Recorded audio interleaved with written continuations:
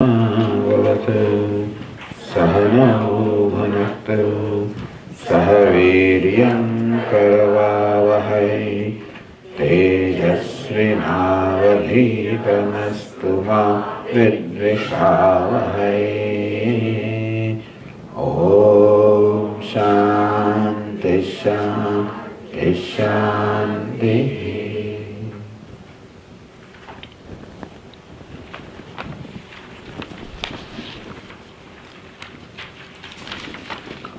Open page number 2.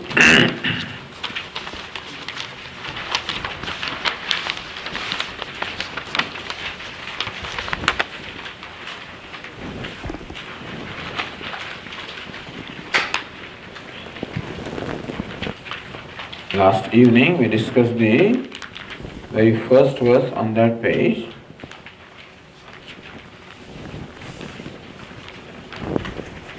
We can recite that again. Niyatam kuru karmatvam karmajjayo hyakarmanaha sharirayatra pichate na prasidhyeda karmanaha.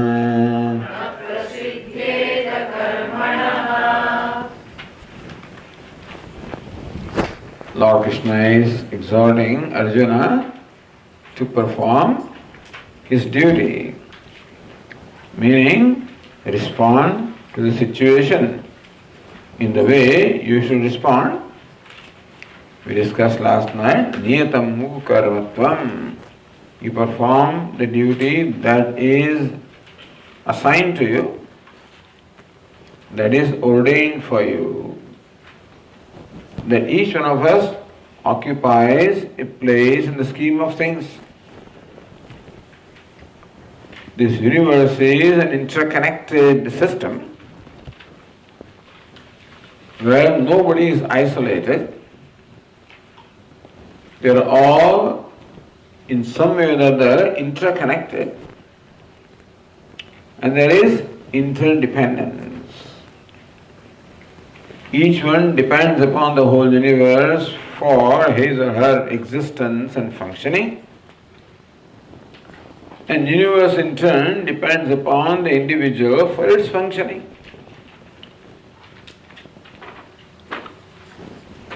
Which is what we'll see in the subsequent verse. And therefore, if you do not perform your function, in that way you create a disharmony in the universe, a disorder, because you are not contributing to the order in which you should contribute. Like a family, where there are X number of members, 4 or 5 members, each one of them is to contribute something for the family to function. If someone does not do that, then that's not the right thing. So thus Lord Krishna says, perform your duty. Now there is a common understanding or a certain kind of thinking that if you perform karma, if you perform an action, then you will be bound by action. In the Vedic culture, there is bondage of action. It is something which is very commonly thought to be. It's like this. When you perform an action, then there is an outcome. An action will necessarily give rise to an outcome because a cause will necessarily give rise to an effect. If I bring my 2 palms together, there will be a clapping sound that you can't avoid. If I drop an object from my hand, it will come down, meaning that the outcome follows the laws, and therefore when you perform an action which is setting into motion a cause, the effect will take place. And the effect will be either success or failure. When you perform an action, either the result is something which is in keeping with your expectation, because when you perform an action, there is an expectation of what the outcome should be. Nobody performs an action without an expectation. There is a purpose. There's always a purpose behind performing every action. Nobody ever performs an action without purpose. And there should be a purpose. It should not go in vain. Even when I am performing the simple action of talking, the purpose is communicate with you and communicate my thoughts to you and share with you whatever my understanding is. That's the purpose. And then through that I also hope that I will be able to successfully communicate to you. That as a result of this communication, that understanding will take place in you. And thus you will get a certain understanding or certain perception. And that understanding will give you some new insight, and that insight will help you to live your life better, to pursue your goal better, whatever your goal is. And basically we are all gathered here with an expectation that all of us want basically to gain a spiritual insight, to initiate an inner growth, to bring about a true happiness in our life. And it is hoped that as a result of this communication, there will be some contribution in your life in that direction. And you will feel that you have gained something from this talk of the Swami. And you'll be happy. So that will be my success. My success is in your happiness. And your happiness is when you feel that you gain some new understanding, some new insight, some new direction, and or a clarity in the insight that you have. As a result, there is some gain in your knowledge, and thus is certain contribution in your effort. If that does not happen, then I would say that this attempt has failed. I'm just giving you my own example to exclude anything else. The idea is whenever we do anything, there's always a purpose behind performance of any simple action. Even when you drive, from your home, then the purpose is to reach this place. Not only reach this place, but reach in a certain time, etc. So there is always a purpose. When that purpose is served, then you call that action a successful action. If that purpose is not served, you would call it an unsuccessful action. Meaning that usually we judge the outcome as success or failure. If the outcome is in keeping with our expectation or better, we call it success. If in the test you secure marks which are equal to or better than your expectation, you call it successful result. If it is less than or opposite to what you expected, you call it unsuccessful or failure. Meaning that we also judge the outcome as success or failure. This is the usual thing. So number one, we perform an action with a certain purpose. Number two, we judge the outcome of the action as either success or failure. When the outcome is judged as success, then you are happy. Outcome is judged as failure, you are unhappy. Meaning that the outcome of the action of the effort will create in you either happiness or unhappiness. Happiness is what you want, unhappiness is what you do not want. There is a natural liking or attachment for happiness and natural dislike or aversion for unhappiness. So, if the result is successful, you are happy, and what happens is, just doesn't stop there, unfortunately. Then there is always in your mind a desire to get more happiness and more success. This is the nature of happiness that comes from a source other than ourselves, that whenever we feel happy as a result of some experience, it may be watching a movie, it may be eating something that you like, it may be meeting your, it may be whatever it is that gives you happiness, it leaves in your mind an impression that this experience made me happy. And that impression in turn usually creates a desire to repeat that experience, because we always want happiness.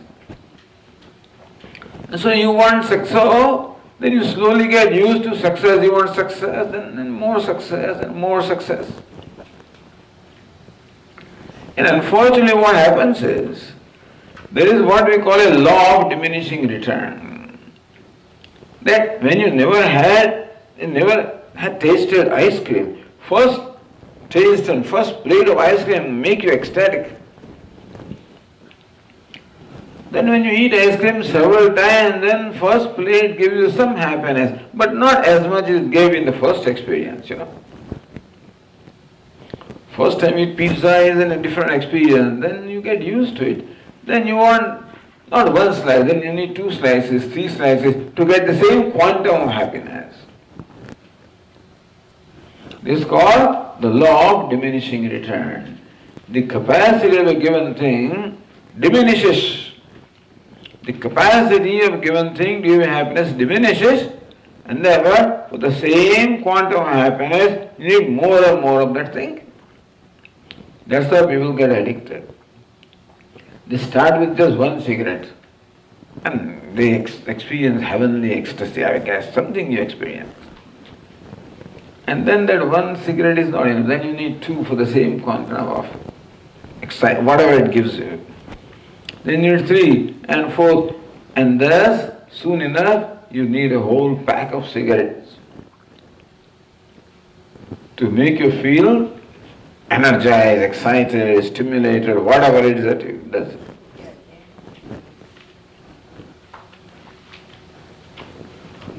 This is called addiction, meaning that this experience of success or happiness creates an addiction. What is addiction? You are bound to that. What is the nature of bondage? It is nothing but emotional bondage. It's called attachment. So we have a natural attachment of happiness, all right, but then whatever gives me happiness also we get attached to. The success gives us happiness, and therefore we get attached to success. And every time we want success, and the same degree of success may not then satisfy you. Formerly, I thought that securing 70% marks is called distinction in India. I felt so good. Then once or twice you get it, then the other fellows also got distinction. Then you must have 75%. Then others also, so you must have 80%. Thus our own expectation from ourselves also increases. And for me to feel the same degree of success, I need more and more and more. This is called becoming addicted, becoming bound. Now I am controlled by my outcome, meaning that it is now my definition of success that controls me. And a time comes that I set up myself for failure, because I keep on raising my bar for success. And a time comes when I myself cannot meet with that bar, and that's how the failure also comes. So this happiness that comes from success or from any source other than myself is a ground for ultimately unhappiness. You ask any successful person, they keep driving, this success drives you to get more and more and more until a point comes when you feel you are not successful. So this is what happens. Thus, you perform an action, this is an outcome, this is a reaction. What's the reaction? Happiness or unhappiness? Attachment or aversion? That reaction creates in you the impression which results into desire to repeat that success with further action. That action creates a reaction again, which creates another impression for further action. You follow how? Action results into result. The action gives rise to outcome. Outcome gives rise to success or failure. That gives rise to likes and dislikes.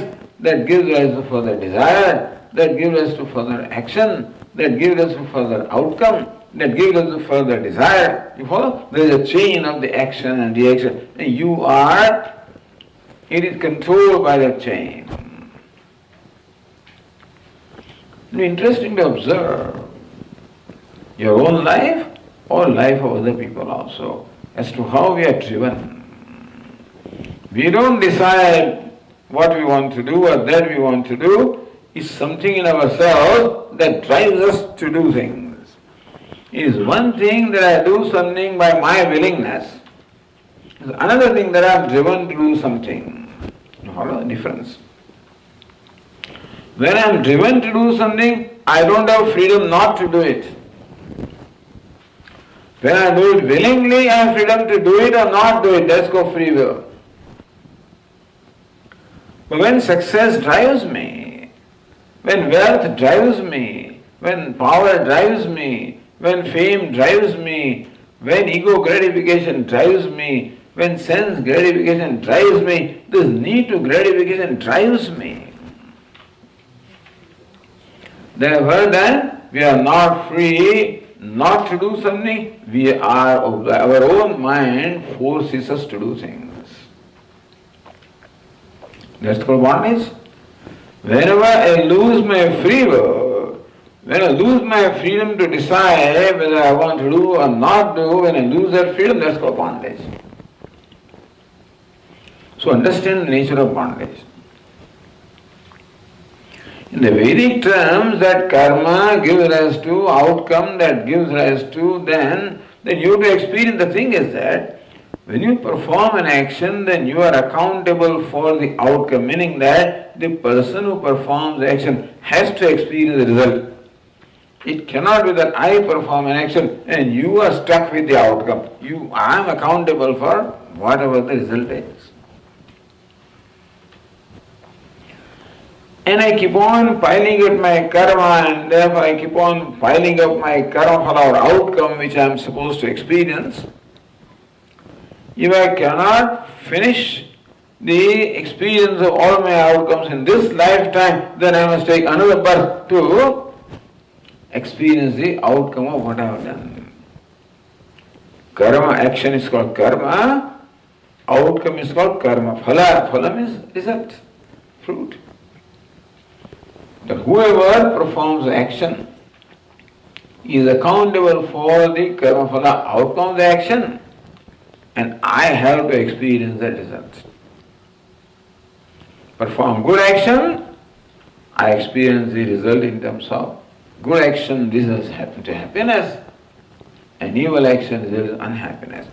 What happens is when I am driven to do something, when success becomes very important to me, when outcome becomes very important to me, it is likely that I may compromise the quality of action for the sake of outcome.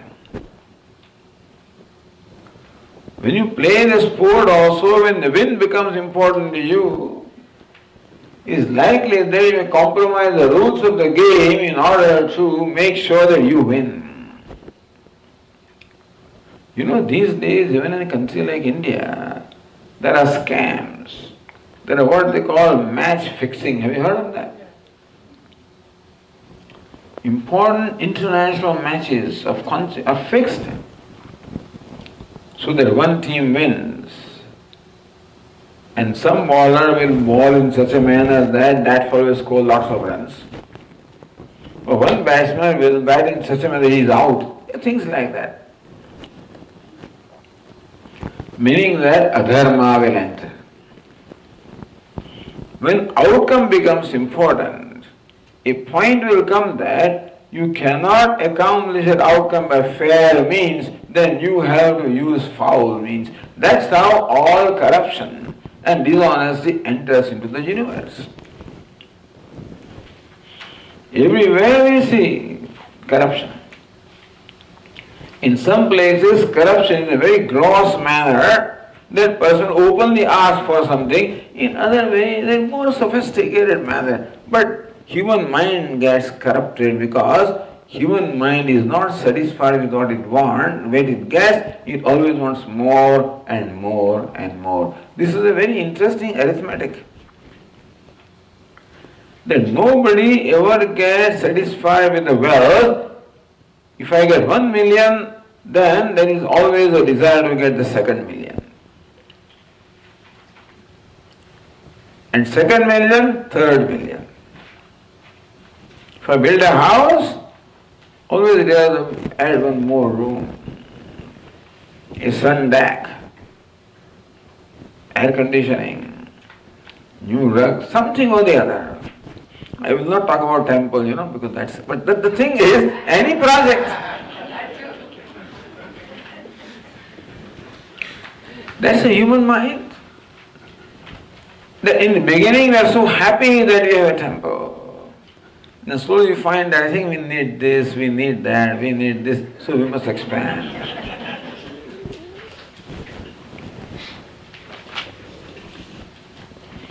So what applies to individual applies to institutions also, it applies to nations, because a nation wants to expand its influence. Influence can be economic influence, political influence, military influence, technical influence. You want to dominate others, you want to control others. That's called success. Expansionism, you want to hold on to more and more territories.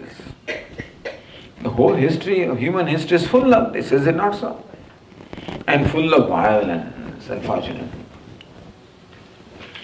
Because if you cannot get the territory by fair means, by foul means, you will have it.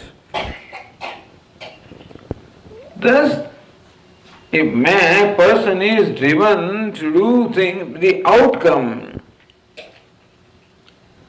meaning the very happiness that comes from outcome ultimately drives the person to compromise the means, and adharma enters. Papa enters, called papa, means sin. When you compromise the values, when you violate the values. You observe everywhere in the world, where is a place where the adharma is not there? Human beings are the same everywhere. It's easy to blame those third world countries for their corruption because the corruption is very gross. The first world countries are very sophisticated and their corruption is of a different nature. United States, when a scam takes place, it is hundreds of billions of dollars, When the savings bank scam took place some 20 years ago, $600 billion and $1,400 billion, imagine. Then whole countries, that will include the economy of number of countries. That's the extension of scam here. I mean, there is no intention to point fingers at anybody. We are just telling you how the human mind is. That it can never be satisfied with what it has. It always wants more when it gets something. Because of the law of diminishing return, the capacity of a given thing to give me satisfaction decreases and I want more and more of that for the same quantum of satisfaction. This is called dependence. I am driven. I don't have freedom anymore. This is called bondage. So karma binds. How does it bind? Karma produces karma phala, meaning the result outcome. An outcome either makes me happy or unhappy. And since I want happiness, then I want to perform more karma. And thus create for me more karma phala, for which I must be around even in the next birth also to experience the results. And my greed is in all likelihood going to make me compromise. So dharma will come, so there papa will come, and there pain will come. So human life is a mixture of pleasure and pain. More pain than pleasure, unfortunately. In human life, there is more pain than pleasure. Dukkham, dukkham, dukkham, dukkham, dukkham, sukham. Dukkham, dukkham, dukkham, dukkham, dukkham, sukham. Don't think that somebody else makes me unhappy. That unhappiness or happiness I have myself created by my own actions of the past. And so, next birth, if this chain does not stop, then I am driven to perform one action after the other, and that's how this chain of birth and death continues. This is called samsara, the repeated chain of birth and death, because there is dependence all along. Even right now I am not free. I am bound by my own desires, by my own likes and dislikes, attachments and aversions, by my own impulses of, as we said yesterday, kama, krodha, lobha. The lust and greed and anger. So Arjuna can ask this question, oh Lord, you are asking to perform action, but action binds. Action gives rise to the outcome. That gives rise to the reaction of likes and dislikes. That creates further desires. When I like something, that also creates desire to get more of it. When I dislike something, that creates desire to get rid of it. So there are two activities in our life. Either acquiring what I want or getting rid of what I do not want. That is also an action. There are many things we don't want. Certain guests we don't want. Certain people we don't want. Certain situations we don't want. Very pretty strong about it. I cannot tolerate it. I cannot put up with this. That drives me again to get rid of something. I cannot do without this. That drives me to get it, acquire it. So the activity of acquiring and getting rid of. Pravritti and nivritti. This is how, in all of this, I am driven to do something. That being driven is called bondage, because that time I don't have freedom not to do it. My strong desires drive me. That's called bondage. There is a pressure within myself. That pressure does not let me sit quietly. That's what Lord Krishna said in this chapter, that a human being cannot sit quietly even for a moment, because there is pressure of desires, of likes and dislikes, which forces him to do things. There is no peace in my mind. I am not at peace with my own self. That's called unhappiness, sorrow. So Lord, you are asking to perform action, but this is a consequence. Action creates reaction, that creates action, that creates reaction, that creates action, and thus I am bound by the chain of action and reaction. So you are asking me to do something which is binding me. Arjuna says, that's the reason why I don't want to act. The reason why he says I don't want to perform the action of fighting the battle is because that will bind me. So how to become free from bondage of action? That's the thing now. Is it by avoiding action that you become free from action? So this is a very beautiful contribution of Bhagavad Gita. What Lord Krishna teaches Arjuna. Our Swami used to say, not freedom from action, freedom in action. Not freedom from action, freedom in action. It is not that you become free by not doing action. No. You have to learn the art of yajñārthāt karmaṇoñyatra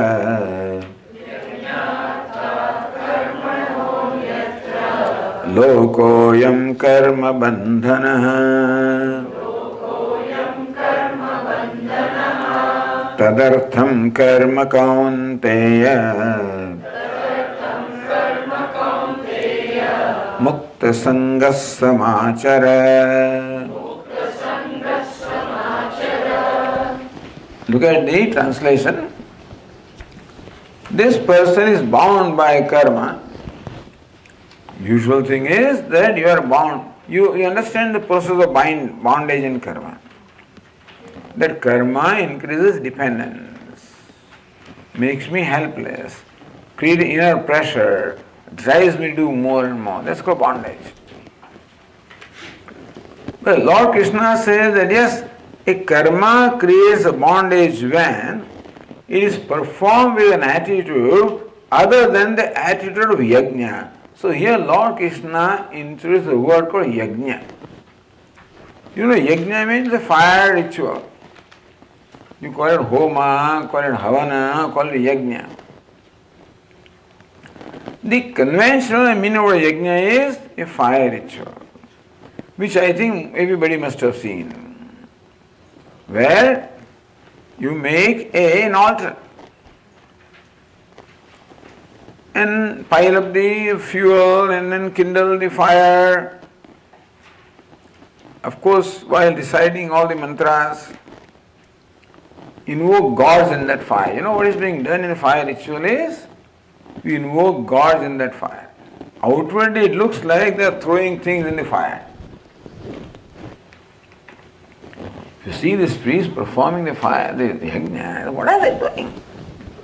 Swamiji, all these precious things they are throwing in fire and then they are all burning, turning into ash, wasting it. So you take this ghee or clarified butter and put it in fire, and you put some grains like sesame or you know, the rice, etc. This is a waste, you are burning it. Outwardly looks like we are throwing it in fire, and it's not so. We are not throwing in the fire. That fire represents a god, that flame represents the mouth of the god, and when we place a material of offering, we are feeding that god. Meaning we are making an offering to God, Ishvara. Symbolic. Whether you believe in that is your problem, meaning that you may not want to believe in. So this is all superstition, Swami. All we can say is that, what is yajna? Yajna is an action where an offering is made to God, to Ishvara. That may be in the form of Devata, Indra, Varuna, Prajapati, it may be Homa, Devi, the Chandi Yaga may be there, then may offering to Chandi. It may be Ganapati, Ganesha Yaga, then offering to Ganesha. Vishnu Yaga, then offering to Vishnu. And different kinds of yajnas are there, where different devatas are invoked and offerings are made. We will not go into details on that because that is not the purpose here. Here when Lord Krishna uses the word yajna, he doesn't mean that that is what we should be doing all the time, which is good if you do that. But in that yajna, what is the most important part is the spirit of offering. The most important part of a yajna or a homa or a havana or a yaga is that you take a material of worship and offer it to Ishvara. So here Lord Krishna gives a wider meaning of word yajna. That's the contribution of Bhagavad Gita. In the earlier Vedic, ancient Vedic times, yajna only meant fire ritual. So that was their way of worshipping Bhagavan, God. In the Vedic times, the way God was worshipped was through this fire ritual where we invoke God or the devatas or deities in the fire and worship them by making offerings to them. Later on the form of worship kept on changing and now we have this, what we have in the temple. So those same devatas or gods who are invoked in fire are now invoked in these murtis, in the vigrahas. There we are making offering in fire, now we make offering, as a priest does, various kinds of offerings. There also, after making offerings to the devatas, whatever is left is what you partake. It's called prasada. That was called, in fact, amrutam. It's called amrutam. Here it's called prasada. You offer naivedya to deity and then you partake in prasada. But the most important thing is offering. And then when Lord Krishna says that not only this fire ritual in which some material is offered to the god is called yajna, but any action that you perform with the spirit of offering to devata will be called yajna. Meaning that it is a spirit of offering that's called yajna rather than so yajna is not confined to a particular form, but wherever the spirit of offering is there, that action can be called yajna. So not only the action of making offering in fire is called yajna, but any other action which you may perform in a field, as a farmer, as a trader, as a businessman, as an accountant, as an engineer, as a doctor, as XYZ. If you perform your action in the spirit of offering to Ishvara, that action we call yajna. So whereas formerly this yajna was a ritual confined merely to yajna-shalas, Lord Krishna gave a very wide meaning, and that the idea of yajna spread everywhere, that you do anything. Cooking, cleaning, vacuuming, gardening, all these actions, all these mundane actions also can be turned into what? Worship.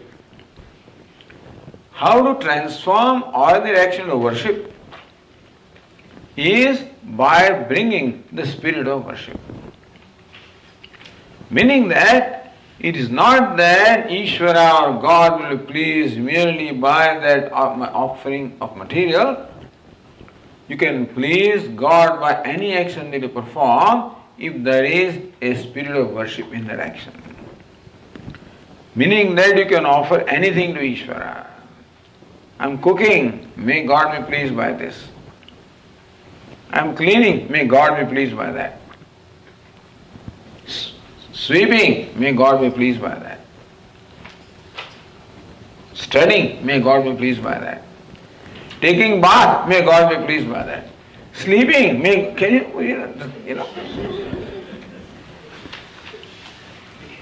Eating, may God be pleased by that. Lord Krishna later says, Yat karoshi, yadashnasi, yat juhoshi, tadasi yat, yat tapasyasi kaunteya, tat kurushva madarpanam. Arjuna, whatever you do, whether it is a religious action as yajna, dana, tapaha, of course action of charity, action of austerity, action of worship is of course a religious action. But even mundane action of eating, walking, talking, doing anything, you can perform that action.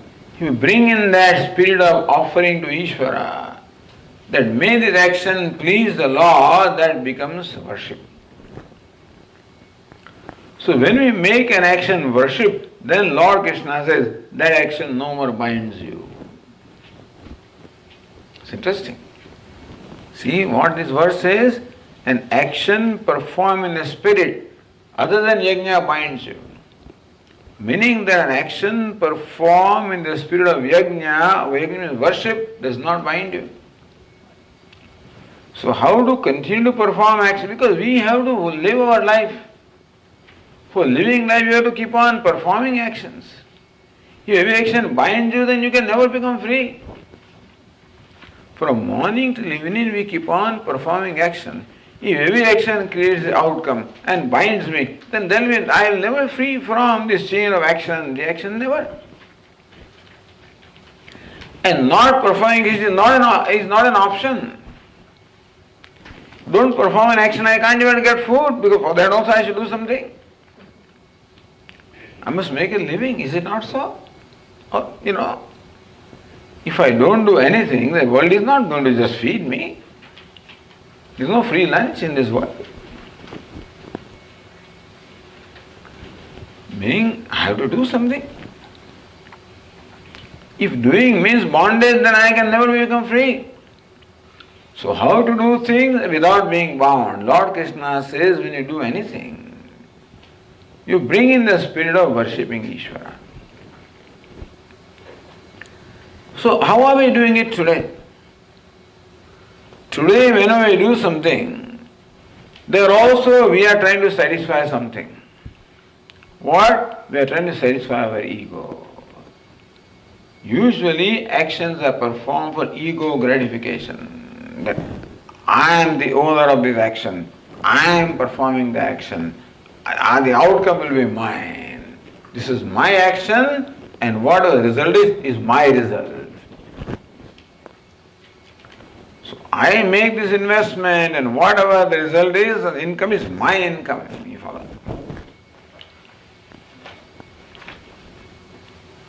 That's naturally, Swami. What's wrong with that? But the thing is, when I perform an action, I take the credit for performing the action, that is I who is doing it, and therefore I am the owner of the outcome, it belongs to me. Moment you become the owner, then you own up the failure also, the unhappiness also, and then you become also accountable for whatever you do. And that's how you perpetuate the cycle of action and reaction. Whenever there is this, what we call the notion or identification or the ego, that this is my thing. That I am performing the action and the outcome belongs to me. And my intention is, how can I be happy? How can I gratify my ego? How can I gratify my senses? Sense self-gratification is the purpose of performing the action, because that's what makes me happy. Lord Krishna says, understand, that is not the only way to become happy. We have taken for granted that happiness comes from out there. We have taken for granted that happiness comes from the result of the action. It comes from wealth and fame and power and objects of pleasure. That is the source of happiness. Lord Krishna says, this is another source of happiness also. What can it be? What can be the other source of happiness? Can you tell me? These are all conventional sources. Swami, if I want to be happy, I must go to a movie. If I want to be happy, I must, do something that makes me happy. Play a game, go to friends, have fun. That's how you become happy. Is there another source of happiness? Can there be? Lord Krishna says that you can become the source of happiness. You do not have to depend upon something else to make you happy. You can make yourself happy. Meaning that you tap the happiness from yourself. Right now, actions are performed to tap happiness from something else. From success, from recognition, from honor. Recognition makes me happy, being honored makes me happy, being worshipped makes me happy, fame makes me happy, power makes me happy, wealth makes me happy, possession makes me happy. As you said, that is a binding happiness because there is a law of diminishing return and you become more and more addicted to that. We will tap another source of happiness. What is that? Our own self. How do I do that? Last night we told you the story. One is that I eat the food and enjoy it. Other is I feed somebody and enjoy it. Enjoy what?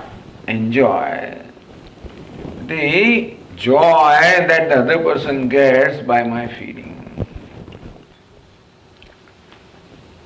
That it is possible for me to get happiness by making somebody happy. I think the only way to become happy is to make myself happy, is only to satisfy my senses, my ego, myself. Lord Krishna says that it is possible to become happy by making someone happy. That not only you can become happy by eating, it is possible for you to become happy by feeding also. As every mother knows, how you get happiness? By feeding your family. And every child knows as you are growing up, when you like something that mother has cooked, you wipe out everything. And small children, I never even bothered whether anything was left for my mother or not. And mothers are very stupid creatures. They never keep anything aside for themselves. Stupid. Then when I grow up, I say, if I become mother, which I cannot become unfortunately, but if I do, first thing I will do is what? Set aside something for me and then feed the rest. That's not mother. That's father.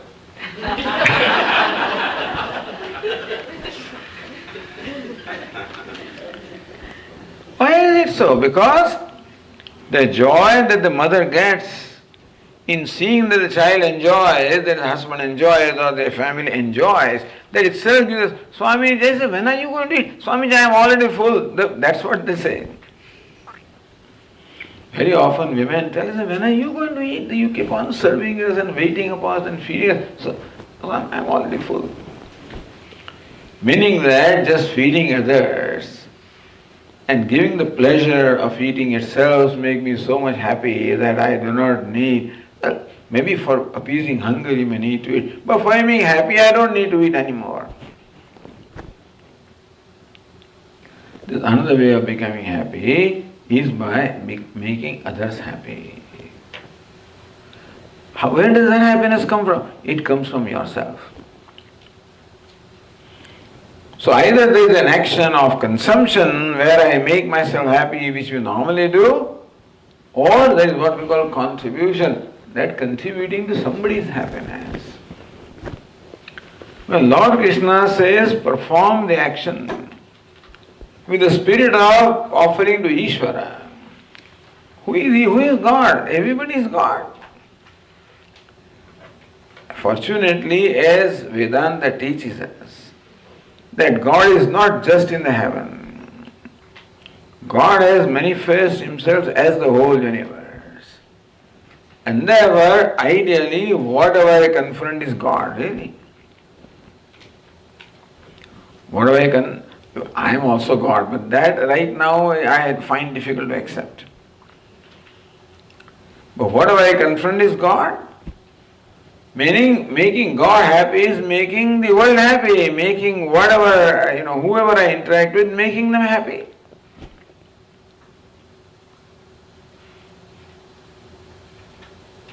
This is act of contribution. When do you contribute? When does the act become contribution? Whenever action is performed with kindness, with compassion, with selflessness, it becomes an act of worship, act of contribution. So when you perform the action, let not your greed govern what you do.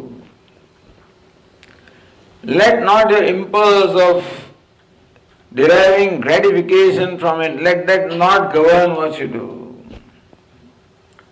The Upanishad says that even when you eat your food or enjoy anything, let not your craving determine what you do. Don't eat out of craving, because that is what is going to bind you, because craving can never be satisfied. More you get, more you want. Tena taktena bhunjitha. May you enjoy things all right, but remaining free from craving. So yajna. Yajna means the spirit of offering. Ideally, yajna means spirit of offering to Ishvara. But when you do your day-to-day mundane activities, Swamiji, how can I offer to Ishvara? Where is Ishvara? Whoever is the beneficiary of action is Ishvara. So, even in your home also, when you clean the home, do the vacuuming, the rest of the family members will use that floor, isn't it? They will walk on that and you provide them a very clean and comfortable place. Is it not so? When you cook food, there are people who will eat that food, your own family members. They are Ishvara. They are Narayana. Narayana in that form. So may the Narayana in that form be happy. My spouse, my children, whoever they are, may they be happy. You know, you heard the name of Shabari. Shabari was a very famous devotee of Lord Rama. She was a tribal woman, untouchable, meaning that she was not qualified even to serve the Rishi. She was living in an ashram where lots of Rishis or sages were there. They would not accept the service because, if she fetches water, they won't drink that water. But she wanted to serve them anyway. How would you serve them? You go very early morning, before they get up, and you clean up all their front yard and all their things, They may not know who has done it, but she would do that. And she had a guru. His name was Matanga Muni, sage Matanga. When that guru was passing away, he blessed this Shabari. Hey Shabari, Lord Rama will come to you. What a blessing, Lord will come to you. So that's the power of devotion which brings Lord to you. She doesn't know when he will come. But she knew that he will come. And he will be walking in the forest bare feet. He will be hungry when he comes here. So she must keep some food ready. Must have a seat ready for him. He will walk along that path in the forest, therefore that path must be all clean of all the pebbles and thorns so that his feet, bare feet, do not get hurt. There must be fresh water. So Rama may come today. So then she will plaster. Plastering is with the cow dung. That's how you purify a place also in plaster. Plaster her veranda. Prepare the seat for the Lord. Get fresh water and fill it. Go to the forest and pluck fruits. And she was a little, what shall I say, too much emotional. So she did not have perhaps a sense of what is right and wrong. So she thought that when she brings fruits, the fruits must be only sweet, delicious. She cannot offer sour fruits to the Lord. So she'll taste them. That's not the right thing to do, really. But she didn't know those rules. Her intention was that Lord Rama should get only sweet fruits. That's how it's ready. She waits. Next day, same thing. Next day. Don't think that it's in one day that Rama came. The only one day she did this. She must have done for years together. And finally the Lord comes. So every day when she is plastering her veranda, for whom? For the Lord. She is cleaning that path, for whom? For the Lord. She fetches water from the well, for the Lord. She brings flowers and fruits for the Lord. So in performing all those simple mundane activities that we do anyway every day, in her mind, it is for the Lord. May the Lord be pleased. So all those simple actions become the acts of worship. So Lord Krishna teaches here the art of performing actions, or how you can make your every little action an act of worship. It is not the act that decides that is worship. It is the spirit with which you do is what decides that the action is worship. You follow? It is not that just because I sing bhajan that it is worship. I may be a professional singer, I may entertain you. I am a professional priest and I perform all kinds, very professionally I perform the pujas, which it may be a profession. It is not the form that decides that it is worship, the spirit that decides that. That's what Lord Krishna said. Until then, the worship was confined to a form, to a ritual.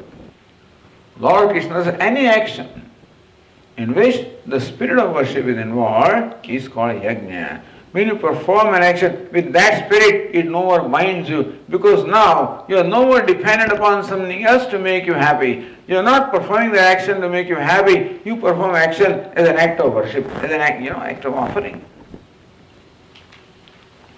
If an action is performed for the purpose of making me happy, to extract happiness from something, it becomes a binding action. On the other hand, the same action is performed as an offering to make Ishvara happy. May Lord be happy. May Rama be happy with this plastering, with this water, with this flower, with this fruit. Then you are not performing action for your own personal happiness. You are performing action to make Ishvara happy or others happy. In that process, you tap the happiness from yourself. No, that comes free. Getting happiness for something else always is, you have to pay a price, because there is no free lunch. But when you tap happiness from yourself, there is no price, because it is yourself. It is happiness without bondage. Happiness coming from any source other than yourself is a happiness that comes with price and bondage and dependence. With a reaction, happiness that comes from yourself comes without any price, without bondage. In fact, it creates freedom.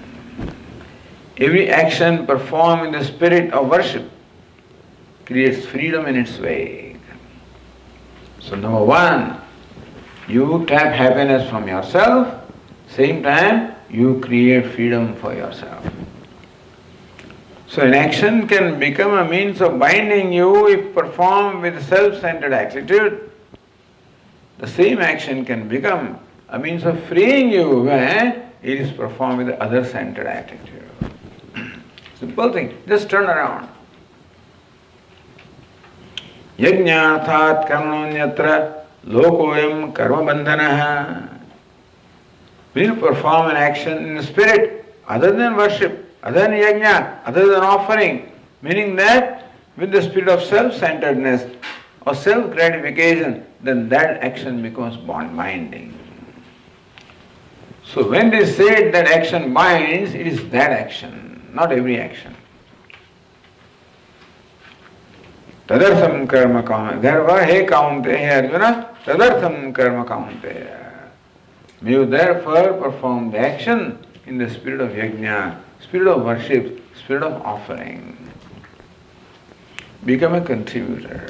Become an offerer. Don't make your action as a means of begging from the world that please favor me, please give me this, please give me that. Don't make an action as a means of fulfilling your simple limited desire. Make an action as become generous, become charitable, make an offering. Swami, I don't have that. I don't have a charitable spirit. What should I do? Fake it till you make it. Perform an action as though how will you perform the action if you are rich and wealthy and and kind and compassionate? Out of kindness and compassion, automatically your action will be for making somebody happy. That's called kindness. Even though kindness is not there, you perform an action as though you are kind. That's called faking, pretending. Doing it for a length of time, slowly that kindness will invoke from you because kindness happens to be your nature. Therefore you will become kind, not otherwise. You cannot fake something which is wrong. When you say fake it till you make it, because that is your reality. Fake as though you are kind because kindness happens to be your nature. Right now that is inhibited, that kindness, and you want to bring it out. It is our self-centeredness that inhibits all our goodness. What makes a person evil is this self-centeredness. That brings in all violence, that brings in all adharma, all unrighteousness. The other centeredness, the selflessness, the spirit of offering, on the other hand, brings out your true self, which is your beautiful self. That's what you are. Vedanta teaches that you are a kind, loving, beautiful person. Who you? No, don't tell me, Swami, you don't know who I am. I'm telling you. You don't know how cruel I am, you think so, but you are a kind person. You don't know how angry I am, no, you are a compassionate person. You don't know how greedy I am, no, you are a generous person. We are quite different from what we take ourselves to be. And therefore, I do not make what I take myself to be is not the basis of the way I behave. What I really am should become the basis of how I should conduct myself. I think I'm a greedy person. Don't make greed as a basis. You are supposed to be a charitable person. Act as though you are charitable. Act as though you are kind. Act as though you are compassionate. Act as though you are selfless. Even though you don't feel it that way still. Because you happen to be there. And all this self-centeredness inhibits that goodness. So as we get rid of this self-centeredness by deliberately maintaining the spirit of other-centeredness, that inhibiting factors slowly and slowly are mitigated and your natural goodness comes out. That's called happiness. Understand that happiness is not different from kindness. Same happiness means kindness. Kindness, compassion, charity, generosity is happiness. They are not different things. Whenever you are a kind person, you are automatically a happy person. A cruel person cannot be happy. Even though he may have suppose all the means of happiness, and people think that he is a happy person, Swami, you look at what all he has. That doesn't decide whether he is happy or not. Is he kind? Is he compassionate? Is he generous? Is he charitable? Is he loving? No. then doesn't matter who that person is, cannot be happy. How do you know, Swamiji? I know. So happiness is equal to kindness and goodness. And therefore, if you want to be happy, become a kind person, compassionate person, forgiving person, charitable person, generous person. So we told last night that make every relationship an occasion to invoke kindness from you. Swami, that person is not kind to me. Doesn't matter. You become larger than that person, bigger than that person. You try to be kind. You try to be as kind as you can, as compassionate as you can. Now this is a value. A value cannot be followed right away, meaning that, Swami, if I become kind, then people will rob me, they'll take advantage of me, they'll use me as a doormat. It's true. So do it slowly, One act of kindness, not many. In the whole day, one act of kindness. Write a diary. Children should write diary. What did I do? How many acts of kindness did I perform today? You can be kind to your mom also. It doesn't that you have to go to the world.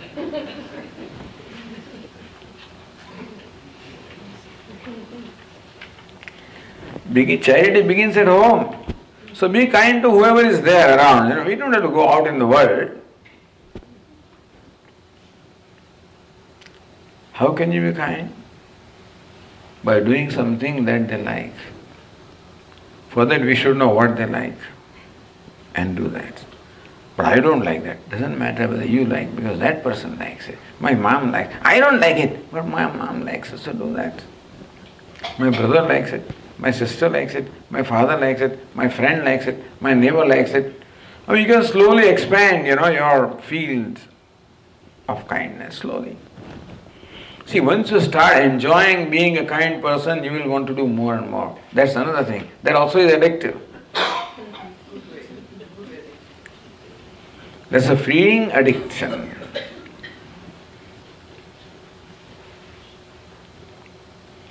So Lord Krishna, that's called yajna. Yajnathat karmanonyatra, an action performed out of greed, out of anger, out of lust, out of craving, is a binding action. An action performed out of kindness, compassion, charity, love is a freeing action.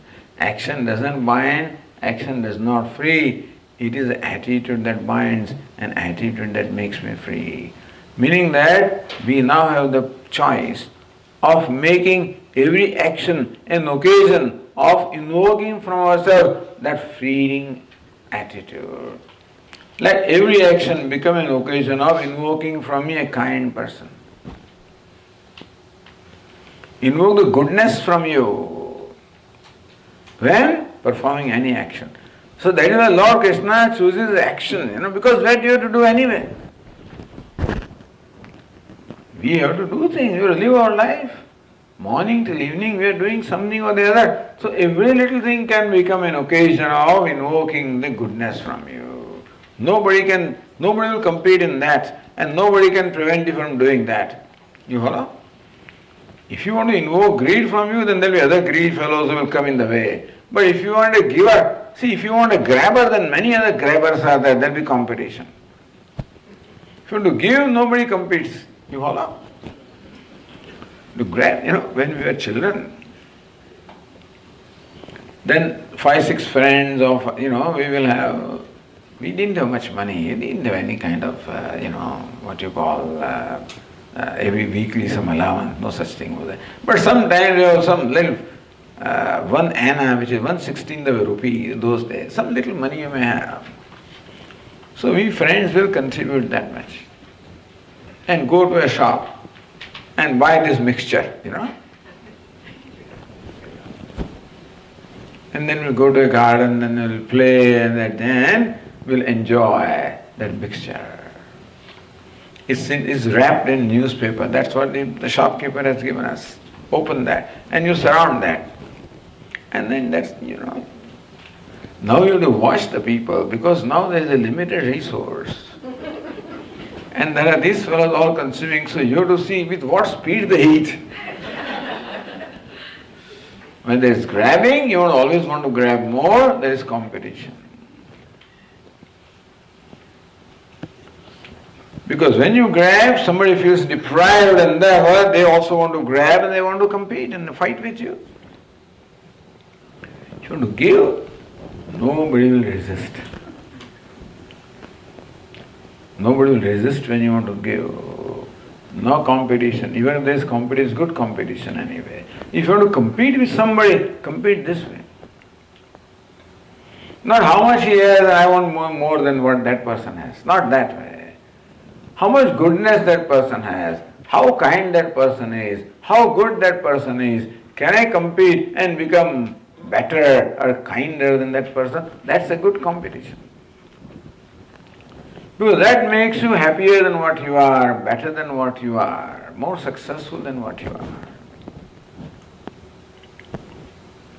Tadartham karma kaunte madhava. Hey kaunte, here Arjuna perform the action in the spirit of yajna. It's called spirit of worship.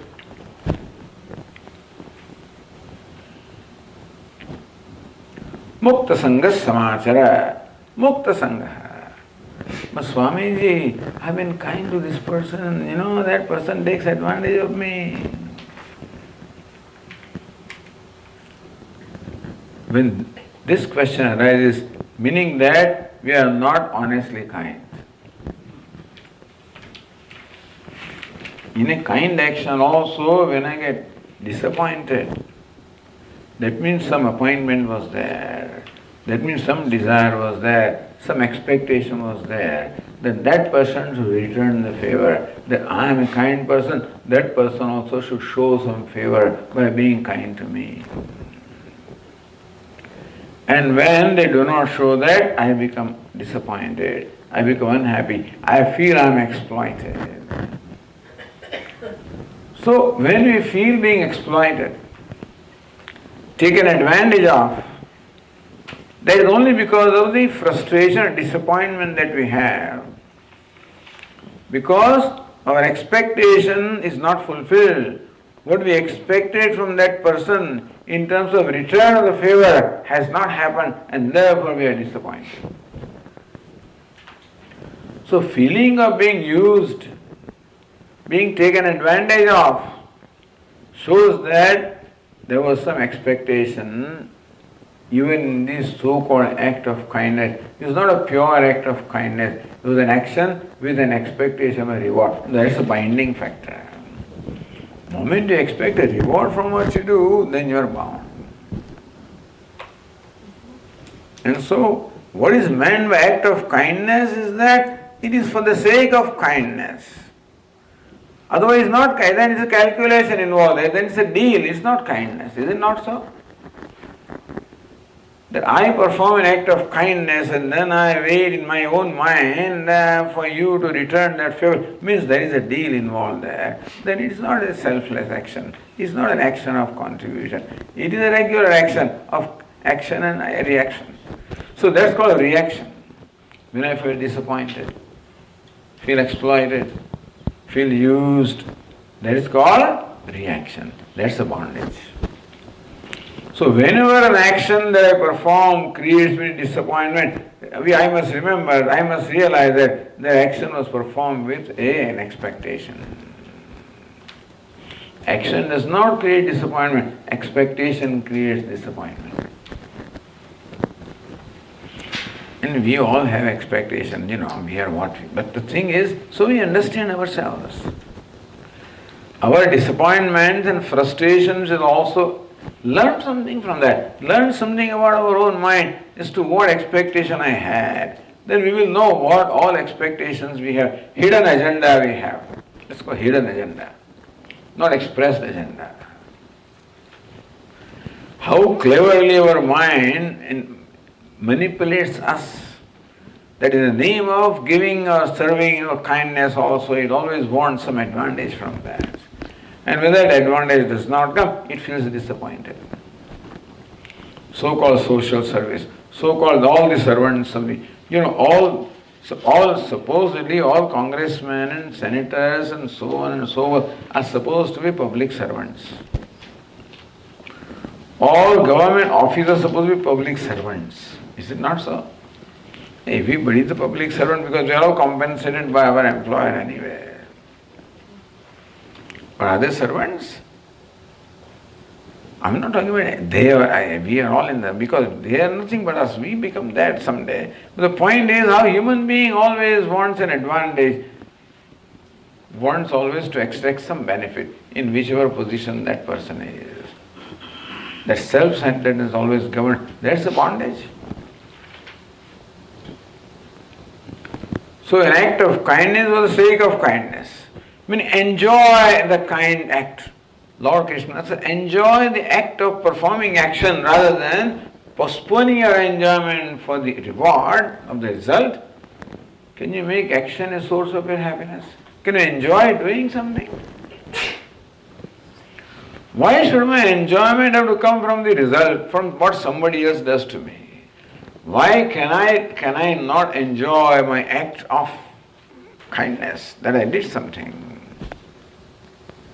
So Lord Krishna says here, Lord Krishna gives a very important lesson in the motivation. That usually in the world, the result of the action or reward is a motivation. Lord Krishna says not that. Let action itself become a motivation. Action itself can become a joy, a source of happiness. Why do you want to wait for the outcome? It is in future, uncertain. Make the action itself as the source of happiness. And when you are kind, you are always happy.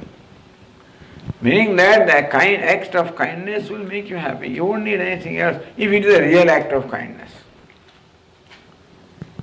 But that kindness is not that I do something to oblige somebody and then expectation. That doesn't matter. Then also we will learn more and more. Tadarsam karma kaunteya. May you perform action for that purpose. Mukta sangha, free from attachment, free from demands, free from expectations. Not easy, this is all nice to say. But at least it gives us a criteria of how we should be doing. We can monitor ourselves as where we are, how expectations are there. Lord Krishna is Mukta Sangha, without attachment, without expectation. Not easy, but slowly we have to grow. The only way to become happy is to grow. Don't think that you will be happy remaining what you are. The wealth will not make us happy. No external achievements will make us happy.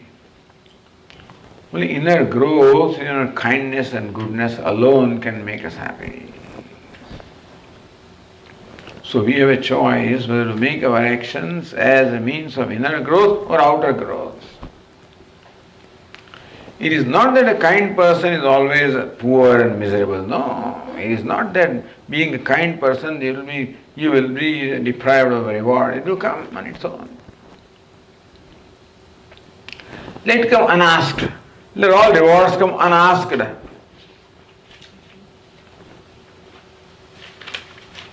Let me be contributor.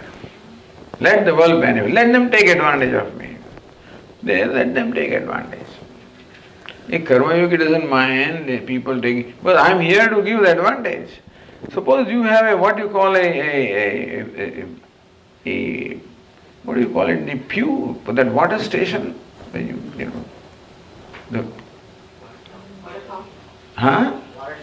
water fountain.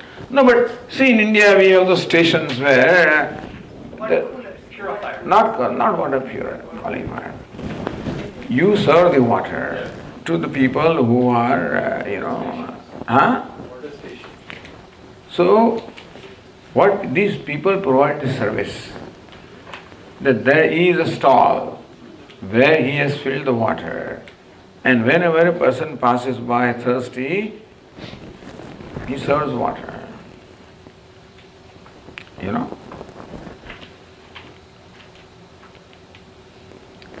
So in that very serving, that itself is source of happiness, and whether that fellow rewards you or not and says thank you or not, if he doesn't thank you, then you feel disappointed. That fellow Swami doesn't even say thank you.